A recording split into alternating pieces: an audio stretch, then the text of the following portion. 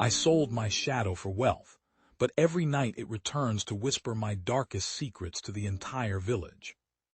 On today's episode of the Wander's Tales, we dive where quiet courage prevails. Hidden truths and hearts so bold, stories of fear left untold. If this calls to you, don't delay, subscribe, tap the bell and stay with us, thank you. The heat of Enugu in late December was not a warmth, but a physical weight, a thick blanket of red dust and humidity that clung to the skin like a guilty conscience. Ifoma stood at the edge of Milken Hill, the winding road below snaking through the greenery like a rusted serpent, while the sun dipped behind the Udi Hills, bleeding hues of violet and bruised orange across the sky. She was tired of the almost successful business deals, the almost empty bank account, and the almost pitying looks from her sisters-in-law who draped themselves in Velasco lace while she mended her own hems. When the man appeared, he didn't come with the sulfur and brimstone of the old stories told by her grandmother under the moonlight. He came with the scent of expensive oud and the soft rustle of a silk agbada that seemed to drink the remaining light. He didn't ask for her soul. That was too cliché, too heavy. He asked for her shadow, describing it as a useless accessory that she wouldn't miss in the high-ceilinged, air-conditioned rooms of the life he was offering. His voice was a smooth baritone that vibrated in Ifoma's marrow, promising her that the void she felt in her pockets could be filled by the void she would carry behind her. And in that moment of desperate clarity, she felt the logic of the trade. She didn't think of the metaphysical implications or the ancestral warnings about the MU. She thought of the rent, the school fees she couldn't pay, and the way her husband, Abena, looked at her with a love that was starting to feel like an apology. As she pressed her thumb into the small, obsidian vial he offered, she felt a sharp, cold pull at the base of her spine, a sensation of being unzipped from the earth itself. The sun gave one final, desperate flare before vanishing, and as the merchant stepped back into the tree line, Ifoma looked down at the dusty ground where the street lamp's amber glow should have cast her silhouette, only to find a terrifying, pristine blankness. The walk back to her apartment was the strangest journey of her life, a glide through a world where she felt lighter than air yet anchored by a sudden, terrifying density in her chest. She reached for her phone, and the screen illuminated her face, but as she passed a whitewashed wall, there was no distorted Ifoma following her, no dark companion to mimic her stride.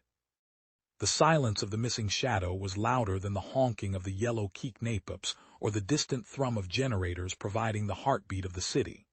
Then the first notification chirped, a sound that usually signaled a bill or a polite rejection. But this time, the digits on the screen were long, arrogant, and life-changing. It was a credit alert from an unknown offshore source, a sum so vast it made her dizzy, enough to buy the very hills she had just stood upon. She felt a surge of predatory triumph, a heat that burned away the initial chill of the transaction, and she began to plan the move to Independence layout, the cars they would drive, and the way she would finally walk into the village assembly with her head held high. But as she opened her front door, the air in the living room felt thin, and for a fleeting second, she thought she saw a dark shape darting through the window, heading toward the village of Umuabia, miles away. She dismissed it as an ocular trick, a byproduct of the adrenaline, and moved to embrace Abena, who was sitting in the dark to save on the prepaid meter. She didn't tell him about the hill or the merchant. She only told him that her investment had finally matured, and as they celebrated in the dim light, she made sure to stay far away from the single candle burning on the table, terrified of what the light would fail to show him. The transformation of their lives happened with the surgical precision of a dream turning into reality, stripping away the grit of their previous existence, and replacing it with a polished, scent-infused opulence. Within a month, the cramped apartment was a memory, replaced by a sprawling villa in Enugu's most exclusive enclave, where the gates were manned by guards in crisp uniforms, and the gardens were manicured to a degree that felt almost violent. Ifoma moved through this new world like a queen returning from exile, her wardrobe now a collection of silks and hand-woven a oak that felt like armor against the world's judgment. She spent money with a controlled ferocity, donating to the church, sponsoring village scholarships, and ensuring that every person who had once looked down on her now had to look up to her.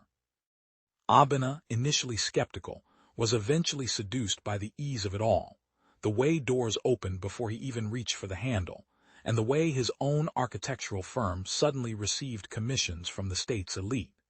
He began to believe Ifoma's story of a brilliant tech investment, wanting to trust the woman he loved because the alternative, that his wife had bartered something primordial for this comfort, was a thought too heavy for his newfound luxury to carry.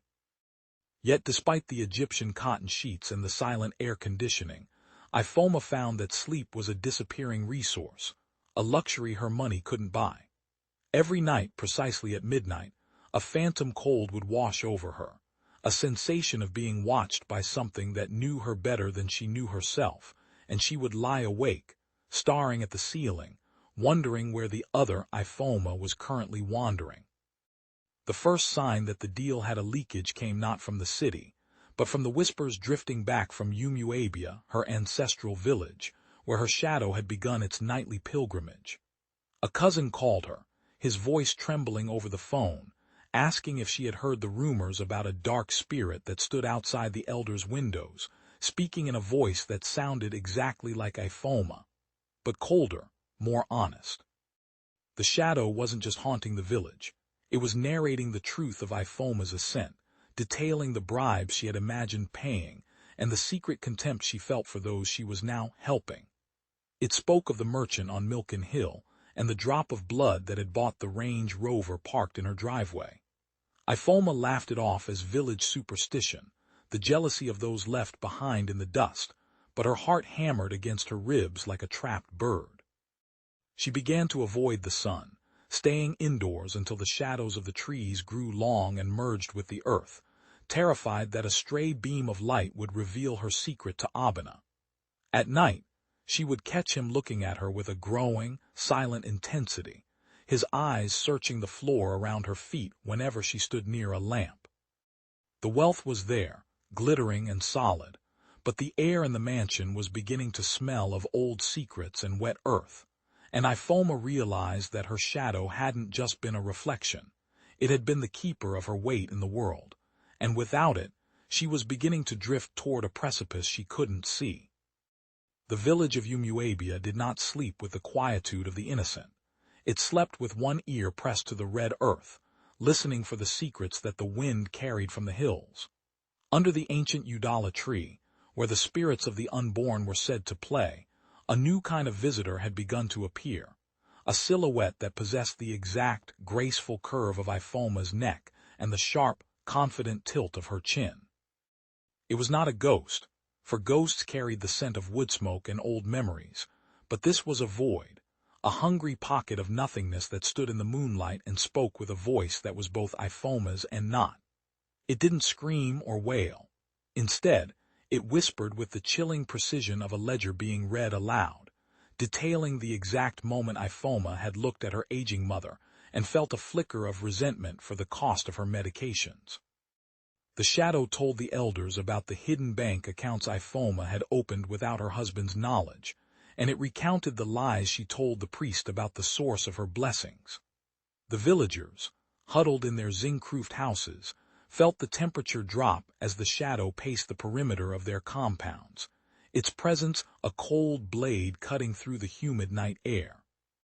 They began to realize that the wealth Ifoma was showering upon the village was not a gift of love, but a bribe to the universe, an attempt to drown out the sound of her own disappearing humanity. The palm wine tasted sour the next morning, and the air in Umuabia grew thick with the unspoken realization that one of their own had traded the weight of her soul for the lightness of gold. Back in the polished silence of her Enugu mansion, Ifoma felt the distance between her body and her truth shrinking with every sunrise.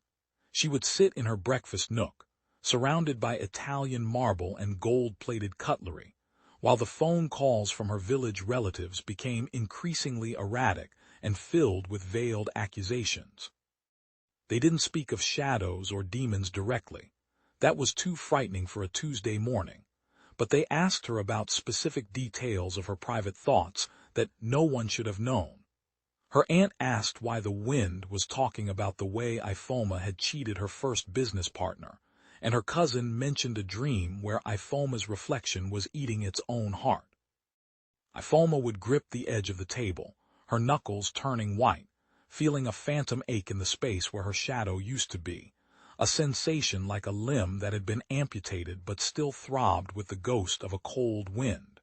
She realized that the merchant hadn't just taken a silhouette. He had taken her filter, the layer of darkness that keeps a person's inner demons from spilling into the light of day. Every secret she had ever suppressed was now being broadcast to the very people she wanted to impress most, turning her triumph into a slow-motion public execution.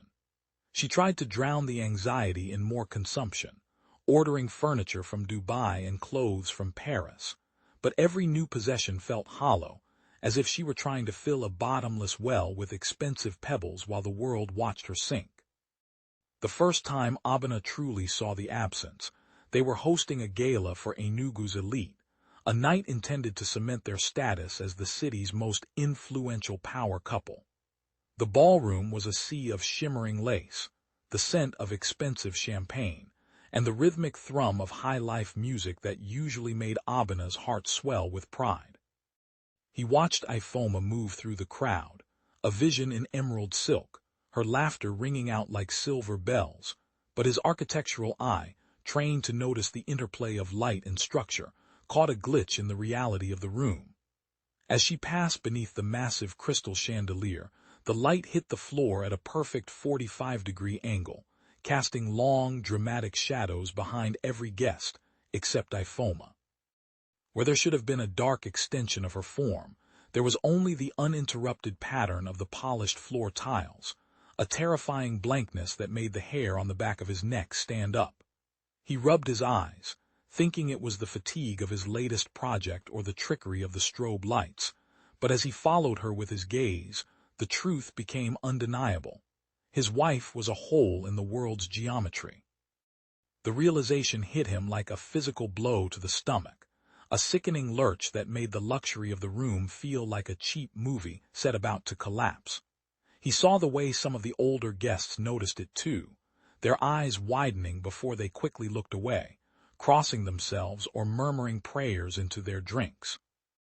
That night, after the last guest had departed and the mansion was left to the humming of the refrigerators, Abena confronted her in the master bedroom, the air between them taut as a wire. He didn't start with accusations. He started with a plea, his voice cracking as he asked Ifoma to stand in front of the full-length vanity mirror and explain why the world seemed to stop at her skin. Ifoma laughed, a brittle, terrifying sound that didn't reach her eyes, and tried to dismiss it as a side effect of a new skin treatment, or perhaps a strange trick of the mansion's lighting design. But Abena was not a man to be fooled by aesthetics. He grabbed a flashlight from the nightstand and shone it directly at her, his hands trembling as the beam passed through her and hit the wall behind her with no obstruction. The silence that followed was heavy with the weight of years of unspoken truths, a chasm opening up between the husband who built homes and the wife who had sold the foundation of theirs. Ifoma finally collapsed onto the bed, the emerald silk rustling like dead leaves, and confessed to the meeting on Milken Hill, though she framed it as a sacrifice for their future, a necessary evil to escape the crushing gravity of poverty. Abena looked at her, not with the anger she expected, but with a profound, soul-deep pity that hurt worse than any shout. He realized that the woman he loved was no longer entirely there, and that the fortune they were living on was not built on gold, but on the absence of the very thing that made her human. He begged her to go back, to find the man in the silk agbada, and undo the knot she had tied, not realizing that some bargains are written in a language that cannot be erased. The return to Milken Hill felt like a descent into a forgotten underworld, the air growing colder and the shadows of the trees stretching out like skeletal fingers as Ifoma climbed toward the summit. The modern world of Enugu, the neon lights of ShopRite and the hum of the city, seemed to peel away, leaving only the ancient, red-dusted silence of the hills. She found the merchant sitting on a rusted guardrail, his silk agbada now a deep, bruised purple that shimmered with an unnatural light in the twilight. He didn't look surprised to see her. He looked bored, like a man who had seen this exact scene play out across 1,000 years and a dozen different empires. Ifoma threw her designer handbag at his feet, offering him back the millions, the deed to the mansion, and the keys to the cars, her voice hysterical as she demanded her shadow back. She told him about the whispers in Umuabia and the hollow look in Abana's eyes, claiming she couldn't live as a fragment of a person any longer. The merchant didn't even glance at the bag. He only smiled, a slow, predatory movement that revealed teeth as white and cold as ivory. He explained that a shadow, once sold, becomes a separate entity, a record of a person's life that gains its own hunger and its own agency. To reattach, it was not a simple transaction of returning the money. It required a new vessel, a bridge of blood and spirit that could bind the void back to the flesh. He leaned in close, the scent of oud and rot filling Ifoma's senses, and told her that he would return the shadow only if she gave him the first thing she created with the wealth he had provided. Ifoma didn't understand the riddle at first, her mind racing through her business investments and the charitable foundation she had started, thinking he wanted her professional legacy. But as the merchant's eyes drifted to her midsection, a cold, sickening realization began to bloom in the pit of her stomach like a poisonous flower.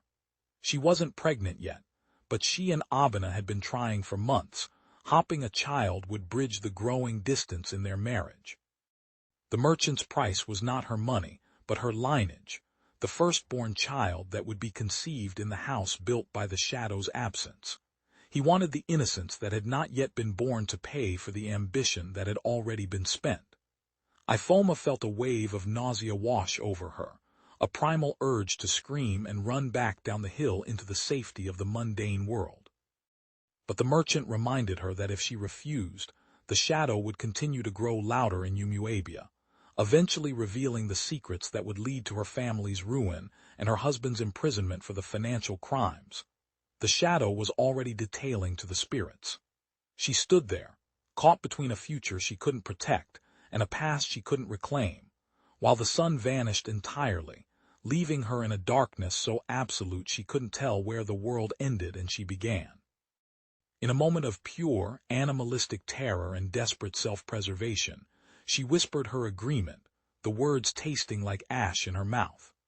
The merchant vanished into the mist, leaving her alone on the hill, and for the first time in months, Ifoma felt a heavy, cold weight settle in her womb, a presence that felt less like a life and more like an anchor being dropped into the deep. The pregnancy was not a time of glowing skin and maternal anticipation. It was a slow-motion haunting that began in the marrow of Ifoma's bones. Within weeks of the meeting on Milken Hill, her body began to change in ways that defied the textbooks, her skin turning a pale, translucent gray that no amount of expensive makeup could hide. She felt a constant, biting cold emanating from her womb, as if she were carrying a block of shifting ice instead of a developing child. Abana, sensing the shift but unaware of the new bargain, tried to be the supportive husband, filling the house with baby clothes and high-end nursery furniture. But he couldn't ignore the way the room grew dark whenever he touched Ifoma's belly. The child didn't kick with the playful energy of a healthy infant. It moved with a heavy, deliberate slowness, a shifting of weight that felt like something large and dark turning over in a deep sleep. Meanwhile, the reports from Umuabia grew even more dire. The shadow was no longer just whispering. It was now standing at the gates of the family compound, its voice growing louder and more authoritative. It began to speak of the child Ifoma was carrying, calling it the echo and the payment.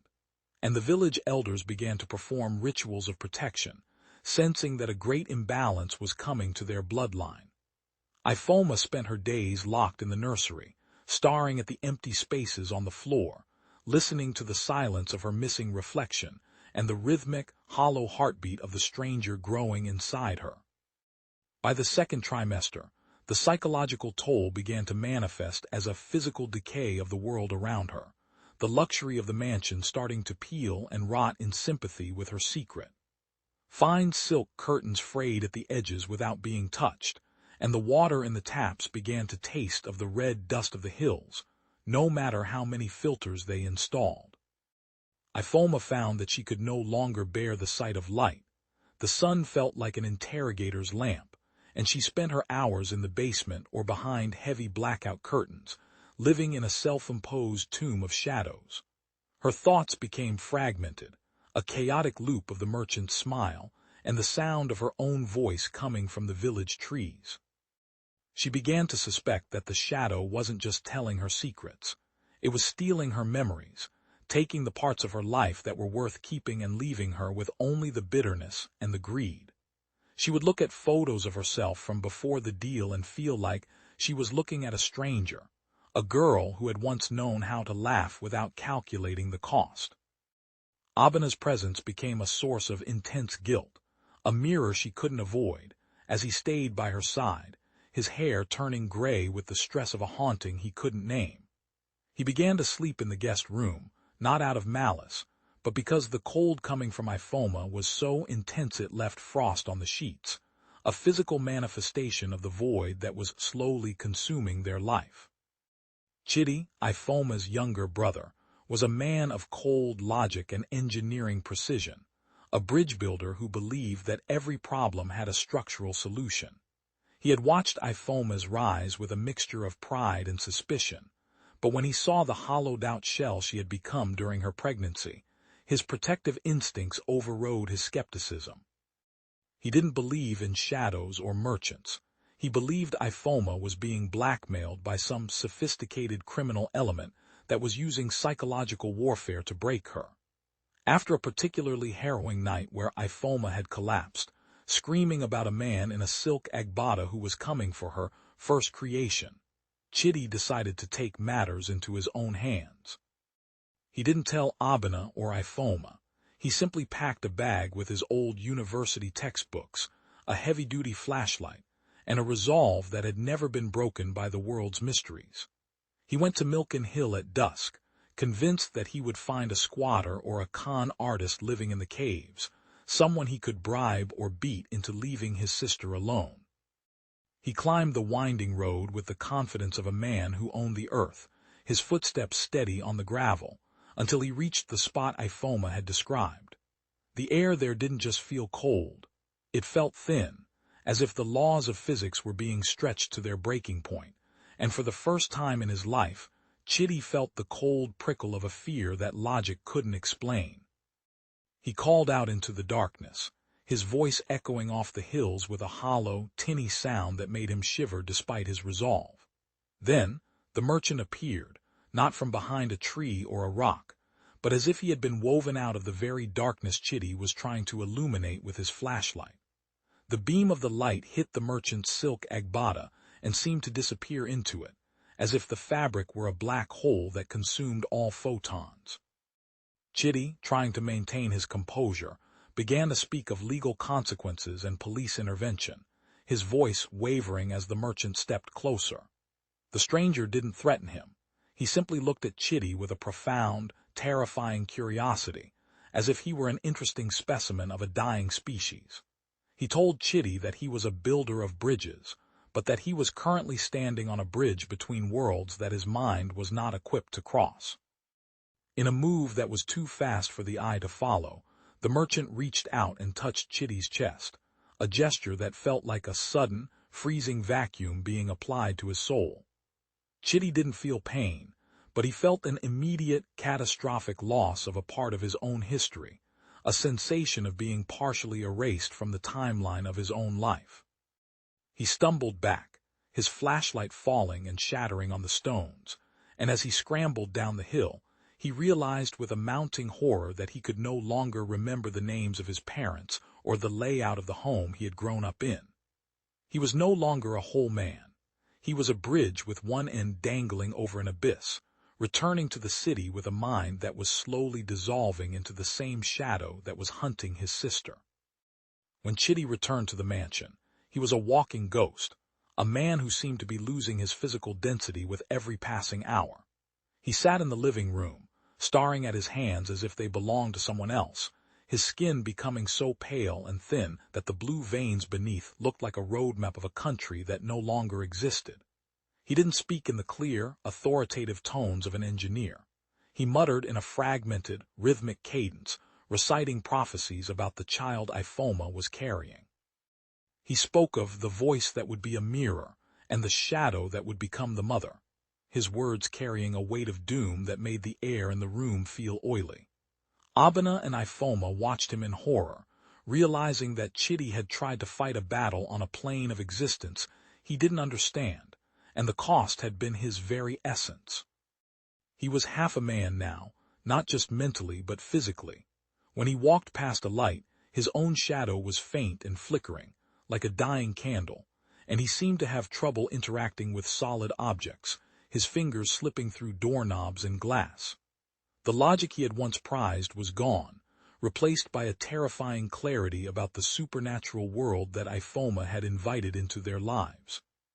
He became a living reminder of the merchant's reach, a broken sentinel who spent his days packing the hallways, warning the walls about the coming of the one who speaks with the stolen voice.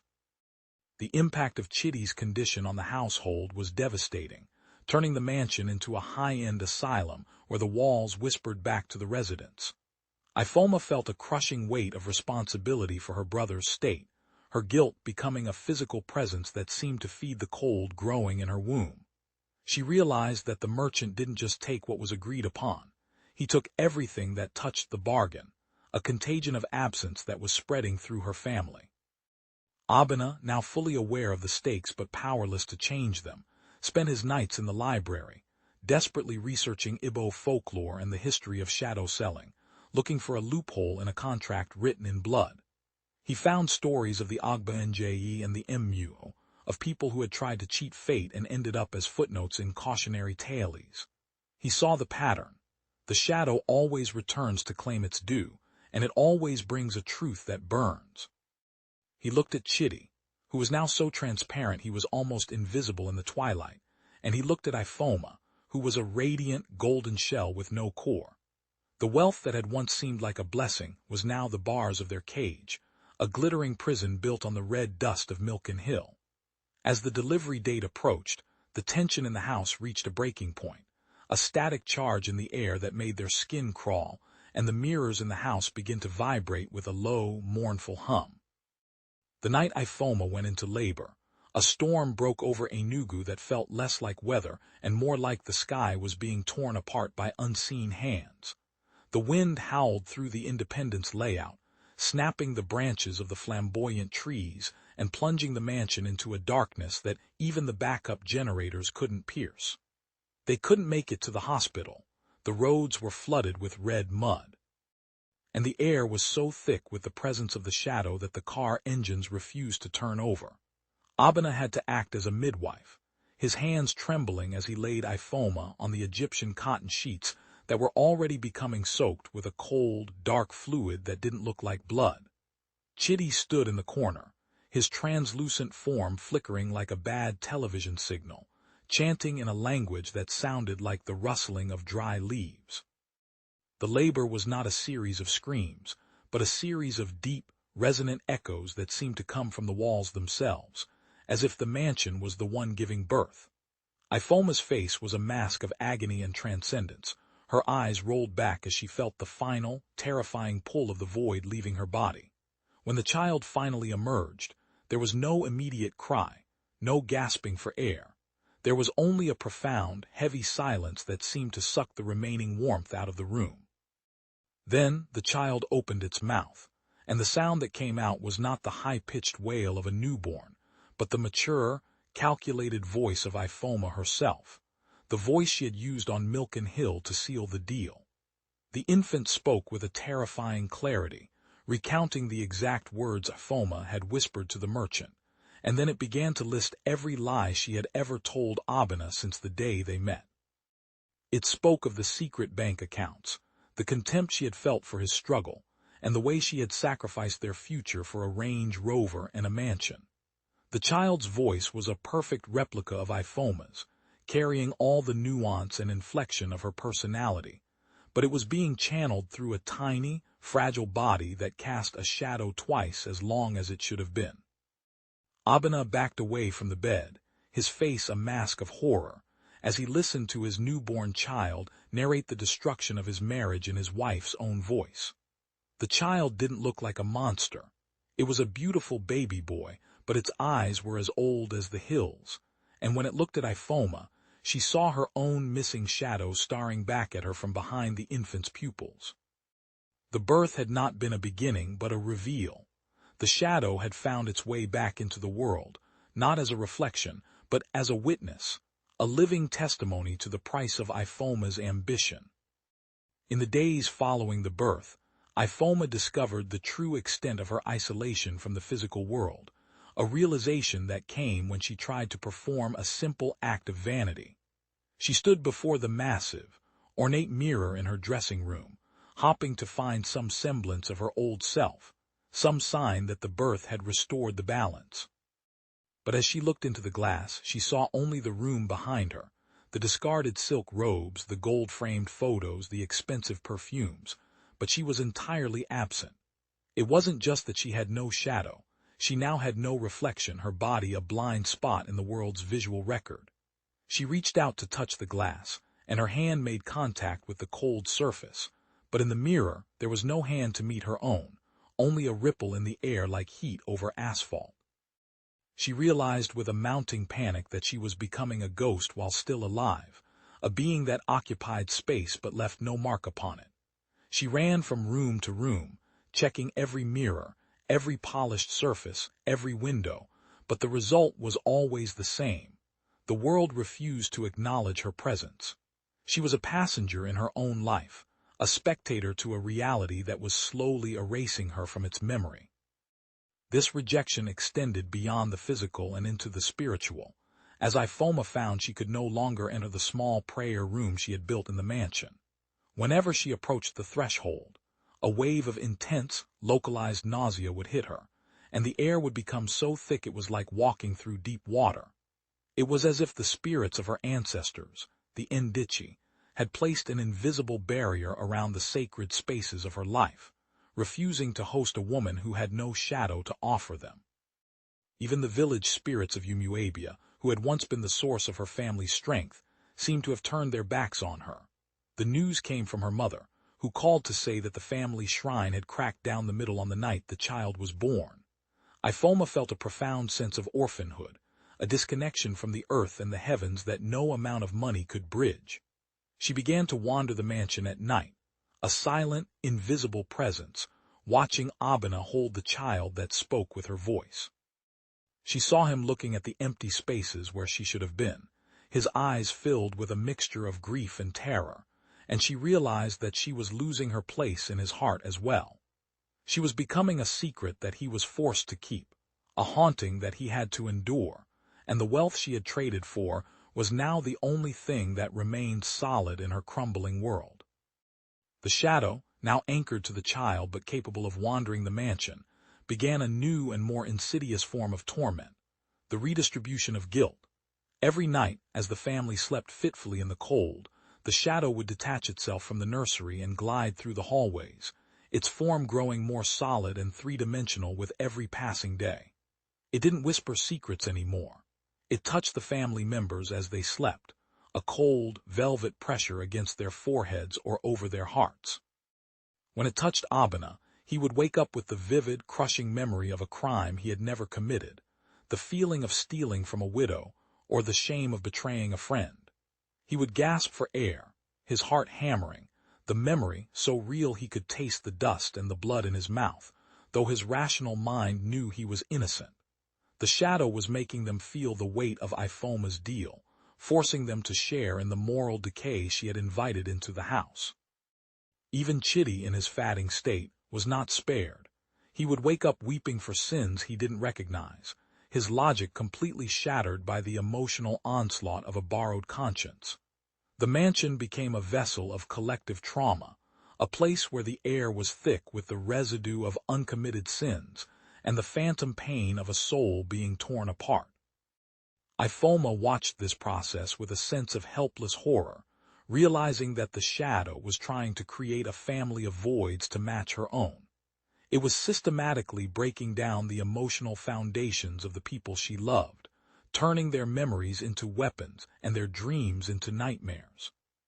She tried to intervene, to throw herself between the shadow and her husband, but her hands simply passed through the dark form as if it were smoke, and the shadow would look at her with the child's eyes, a silent, mocking reminder of her own powerlessness. The shadow was teaching them that in the economy of the supernatural, there is no such thing as an isolated act. Every choice ripples outward, and every debt is collected from those closest to the debtor. The family began to look at each other with suspicion and exhaustion, the love that had once bound them now frayed by the constant influx of false guilt. They were becoming a household of strangers, each locked in a private hell of remembered shames, while the child sat in his crib, watching them with a calm, terrifying intelligence. The wealth that had promised them freedom was now the very thing that anchored them to this nightmare, a golden weight that kept them from running away from the shadow that knew all their names. One evening, driven to the edge of his sanity by the cold and the whispers, Abena decided to follow the shadow instead of fearing it. He watched as it left the child's room and drifted into the moonlit garden, moving with a strange, melancholic grace that he hadn't noticed before. He followed it through the rows of imported roses and the manicured hedges, expecting to see it perform some dark ritual or summon the merchant. Instead, he found the shadow standing by the stone fountain, its form shimmering in the water's reflection. To his utter shock, the shadow was weeping, not with sound, but with a rhythmic heaving of its dark chest, a manifestation of a grief so deep it seemed to pull the light toward it. As he watched, the shadow began to tend to the garden, its touch reviving the flowers that had been wilting in the house's cold aura. It moved with a tenderness that Ifoma had long since lost, a nurturing care that reminded Abena of the woman she had been before the Milken Hill transaction. He realized with a jolt of terrifying clarity that the shadow had not just taken Ifoma's secrets, it had taken her capacity for love, her softness, and her empathy. The thing in the garden was more Ifoma than the woman sitting in the dark upstairs, and it was mourning the loss of the life they should have had together. As he stood in the shadows, the dark entity turned to him. And for the first time, Abena didn't feel the biting cold or the crushing guilt. He felt a wave of profound, heartbreaking love, a warmth that was the exact opposite of the void he had come to expect. The shadow reached out and touched his cheek, and instead of a false sin, it gave him a memory of their wedding day, not the visual memory, but the pure, unadulterated feeling of the hope and the devotion they had shared. It was as if the shadow was trying to protect him from the very curse it represented, holding onto the best parts of Ifoma so they wouldn't be destroyed by the merchant's greed. Abena realized that the shadow was not the enemy. It was a refugee, a fragment of a soul trying to survive in a world that had no place for it. This discovery changed everything for him. He no longer looked at the void with terror, but with a desperate, aching desire to bring that tenderness back into the house. He saw the shadow look up toward the nursery window where the child sat, and he realized that the shadow's goal wasn't to destroy the family, but to find a way to be whole again, even if it meant twisting the curse into something else entirely. The complexity of the situation began to dawn on him, that Ifoma was the one who was truly empty, and the shadow was the keeper of their history, a dark guardian of the love she had traded away for a fortune that now felt like lead in their pockets. The desperation that drove Ifoma to the forest of Nsukka was a sharp, jagged thing, cutting through her residual pride like a machete through soft yam. She sought out a Dibi of ancient lineage, a man whose reputation was whispered in the backrooms of Enugu's elite when Western medicine and charismatic pastors failed to stop the rot of the soul. The Dibi's shrine was a sanctuary of shadows and symbols, smelling of dried herbs, sacrificial blood, and the heavy, metallic scent of iron. Ifoma knelt in the red dust, her designer lace staining the color of the earth, as she presented the child to the old man. She wanted a charm, not for wealth, for she had more than she could spend but for silence. She begged for a way to bind the shadow's voice, to lock it within the void where it belonged so that her secrets would stop spilling into the village air like toxic waste. The Dibby looked at the child, then at the empty space behind Ifoma where her shadow should have been, and his eyes filled with a terrifying, ancestral pity. He warned her that trying to silence a shadow was like trying to stop the tide with a wicker basket. The shadow was the truth, and truth has a way of drowning those who try to bury it. But Ifoma, blinded by the fear of exposure and the loss of her social standing, insisted, handing over a thick stack of currency that felt like a betrayal of the very ground she stood on. The ritual was a chaotic symphony of chanting and smoke, a collision of the physical and the metaphysical that left the air in the shrine vibrating with a low, mournful hum. The Dibby prepared a charm of pounded roots and charred bird feathers, encased in a small leather pouch that was meant to be tied around the child's neck. As he moved to fasten it, the atmosphere in the room curdled. The child's eyes, normally old and knowing, flared with a sudden, violent luminescence. The shadow, sensing the attempt to stifle its purpose, didn't retreat. It fought back, surging through the child's vocal cords with a force that knocked the Dibby backward. The ritual backfired in a flash of cold, blue fire that left a faint, silvery scar across the child's chest, a mark shaped like the merchant's obsidian vial.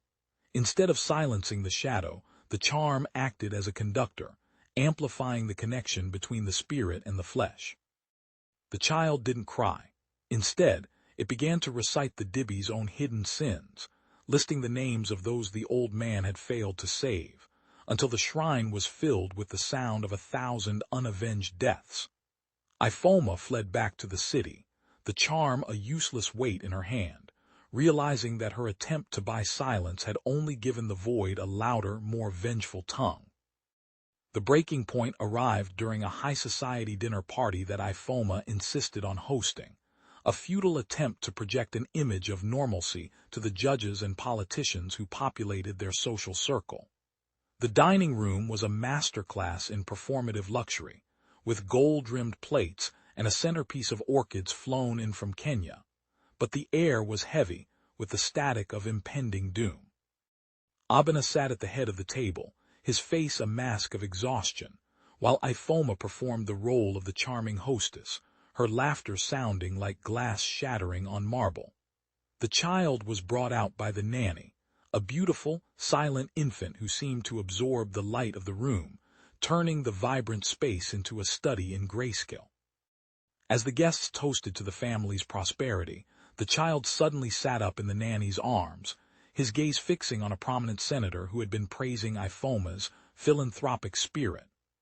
Without a preamble, the infant spoke, the voice of the adult Ifoma, the cold, shadow self version, filling the room with a clarity that made the silverware vibrate. It began to detail the exact percentage of the senator's kickbacks, the locations of his hidden offshore accounts, and the names of the mistresses he had buried in the gossip columns. The room fell into a silence so absolute that the hum of the air conditioning sounded like a jet engine. The senator's face turned the color of ash, his hand trembling as he lowered his wine glass, while the other guests looked down at their plates, terrified of being the next target of the infant's omniscient narration. But the child wasn't finished. It turned its gaze to Ifoma, and with a voice that carried the weight of a judge passing sentence, it began to narrate the internal monologue she had during the meeting on Milken Hill. It spoke of her secret relief when the merchant asked for her shadow, her belief that she was outsmarting the universe by trading a useless reflection for a life of ease. The child revealed her hidden contempt for the very people sitting at the table, describing them as pigs in silk, whose approval she only sought to validate her own hollow assent. The dinner party ended not with a toast, but with a frantic, silent exodus, the guests fleeing into the Enugu night as if the mansion itself were infectious.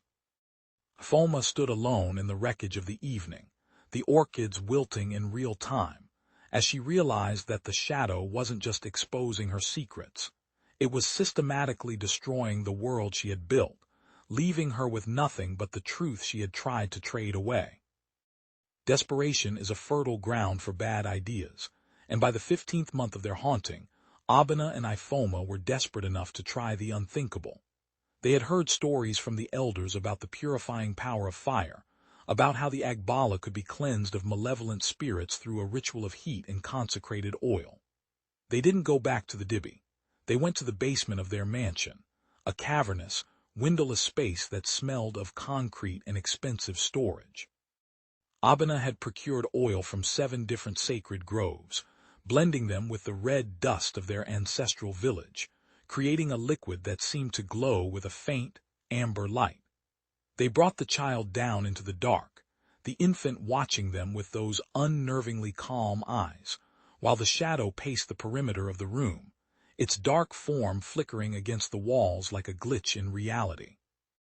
The plan was not to hurt the child, but to burn the shadow away from him, to create a barrier of fire that would force the spirit to detach and return to the void. Ifoma's hands shook as she poured the oil in a wide circle around the crib, her mind a chaotic blur of prayers and apologies, while Abena stood ready with a torch, his eyes fixed on the shifting dark shape that haunted his son.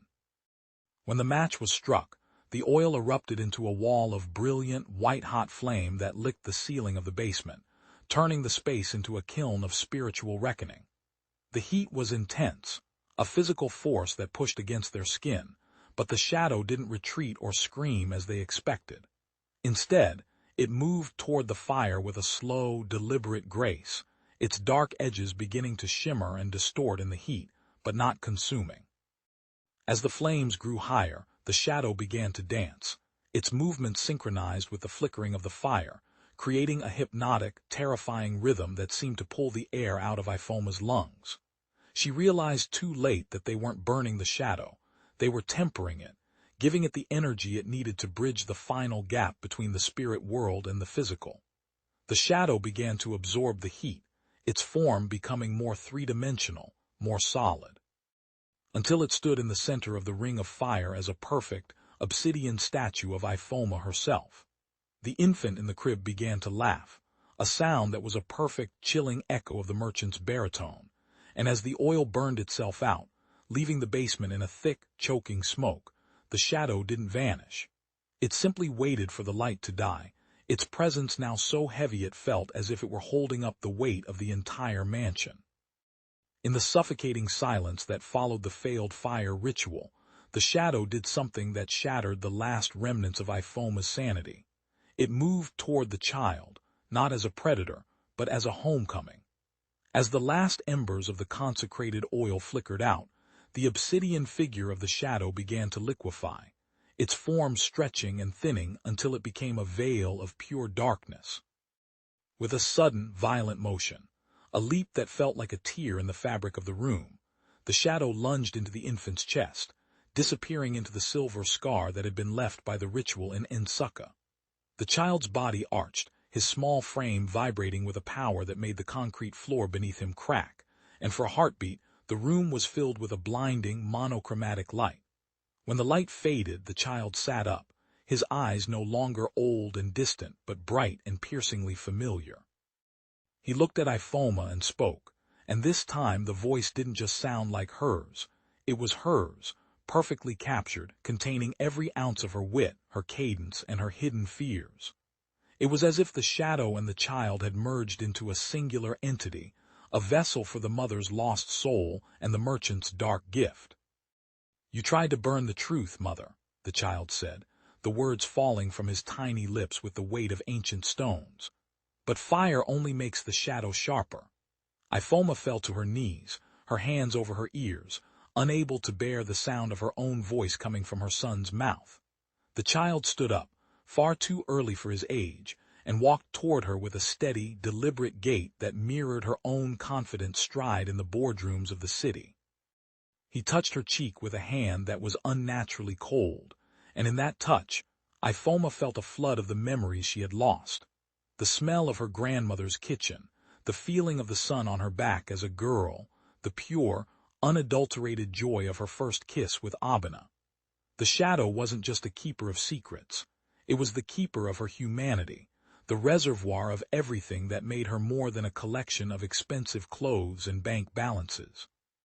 By leaping into the child, the shadow had ensured its survival and its influence, turning her firstborn into a living bridge between the life she had traded away and the fortune she had gained. Abena watched from the corner, a man broken by the realization that his son was no longer a child, but a witness, a living testimony to the fact that some debts are paid in the currency of the soul. The merchant reappeared not on Milken Hill, but at the edge of the forest that bordered the mansion's sprawling grounds, his presence a silent, dark anchor in the shifting landscape of their lives. He stood among the tall iroko trees, his silk agbada catching the moonlight in a way that made him look like a piece of the night sky had fallen to earth. He didn't approach the house and he didn't call out, he simply watched, his obsidian eyes fixed on the nursery window where the child sat, speaking in his mother's voice. Ifoma would see him from her balcony, a solitary figure in the distance, and she realized that the deal was far from over. The merchant wasn't there to collect the child, not yet. He was there to observe the fruition of his investment. He watched as the family disintegrated under the weight of the truth, as the villagers of Umuabia began to treat the name of Ifoma as a curse, and as the wealth that had once seemed like a blessing became a shroud. The merchant's presence was a reminder that the world he operated in was one of patient, generational cycles, where the suffering of the individual was merely fuel for the preservation of a larger, darker balance. The atmosphere in Enugu grew increasingly surreal, as if the mansion and its inhabitants were being slowly pulled into a different dimension. People in the city began to notice the strange weather patterns over the Independence layout, localized storms of red dust and sudden, freezing fogs that only occurred around Ifoma's estate. The merchant's shadow began to stretch across the grounds, even during the midday sun, a long, dark finger that pointed directly at the front door. Chitty, who was now little more than a whisper of a man, would stand at the gate and talk to the merchant in his fragmented, prophetic language, the two of them looking like ancient ruins in a modern city. Abena, driven by a new, quiet resolve, began to go out to the forest edge every evening, not to fight the merchant, but to talk to him. He wanted to understand the nature of the man who had taken his wife's shadow and his son's voice. He found that the merchant was not the devil of the Sunday sermons, but something far more complex, a being of immense loneliness and terrible curiosity, a collector of human experiences who viewed a family's resilience as the rarest of all treasures. These nightly vigils became the only source of stability in Abena's life, a bridge between the horror of his home and the cold, eternal logic of the hills. As the months passed, the family began to notice a strange phenomenon. The secrets the shadow had been whispering to the village were no longer causing ruin, they were acting as warnings. The truth about the senator's kickbacks had led to a purge of corruption that saved the village's water supply from being diverted to a private factory. The revelations about the elders' hidden greeds had forced a redistribution of land that prevented a bloody communal clash. The shadow, in its relentless pursuit of honesty, was inadvertently acting as a guardian of the community's integrity. Ifoma realized that the curse she had invited into her life was a double-edged sword. While it stripped her of her privacy and her pride, it was purifying the world around her, forcing everyone it touched to face their own darkness. The shadow was a mirror, and while looking into it was agonizing, it was the only way to see the truth clearly. The family began to see the child's voice not as a haunting, but as a form of protection, a filter that ensured that only the truth could enter their home. The wealth, which Ifoma had thought was the ultimate goal, began to feel like a secondary benefit, a resource they could use to fix the problems the shadow unmasked. This shift in perspective changed the dynamic of the household, moving them from a state of terror to a state of grim, functional acceptance. They stopped trying to hide the child's voice and started listening to it, using the information it provided to navigate the treacherous waters of Nigerian politics and business with an uncanny, prophetic accuracy.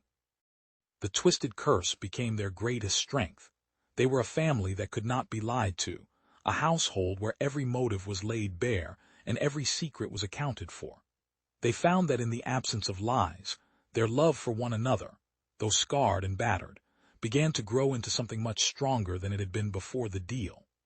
Abena and Ifoma rediscovered each other in the cold, clear light of total honesty, finding a new kind of intimacy that was built on the wreckage of their previous illusions. The shadow, still anchored to the child, seemed to soften its tone, its whispers in the village becoming less about shame and more about the necessity of transparency. They were still outcasts, still haunted, but they were no longer afraid of the dark, for they had learned that the dark was the only place where the truth could not be hidden. On the eve of the child's second birthday, the merchant did what Ifoma had feared most. He walked through the front doors of the mansion. He didn't come with a contract or a demand.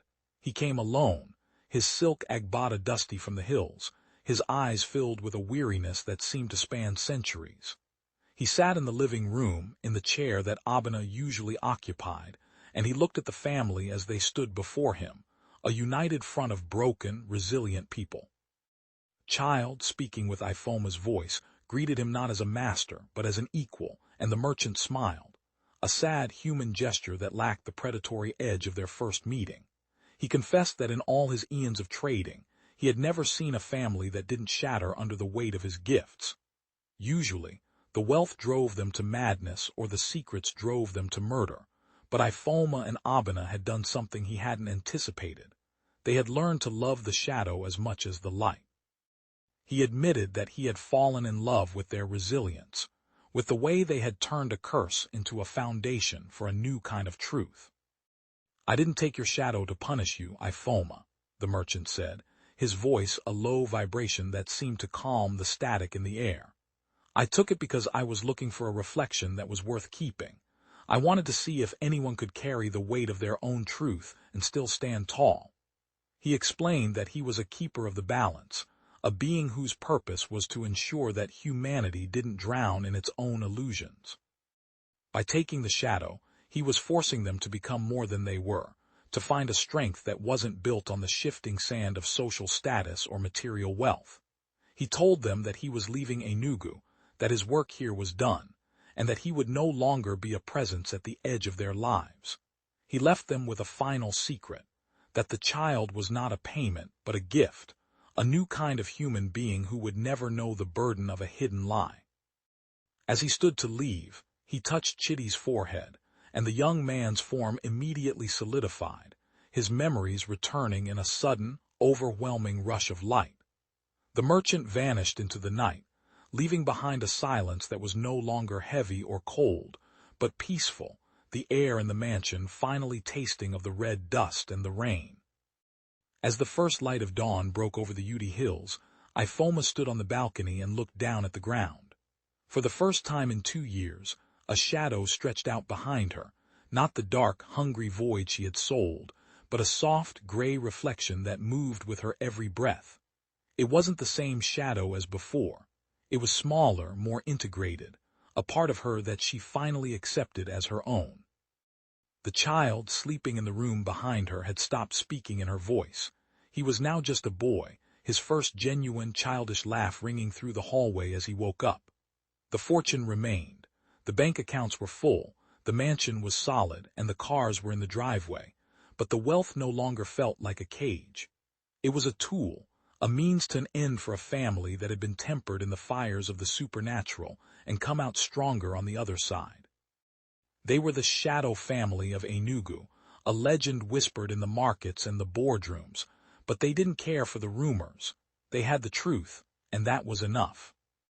Abena joined her on the balcony, his hand finding hers in the cool morning air. They didn't need to speak. The silence between them was full of the secrets they had shared and the sins they had survived. They realized that the bond they had forged was something no merchant could buy and no shadow could break, a connection built on the absolute transparency of their souls. The village of Umuabia eventually stopped fearing them, the people coming to understand that the midnight gossiper had been the best thing to happen to their community in a generation. The story of Ifoma and the merchant became a new folktale, told to children not as a warning against greed, but as a lesson in the power of the truth. As the sun climbed higher, casting the long, beautiful shadows of the trees across the red earth, Ifoma felt a profound sense of peace.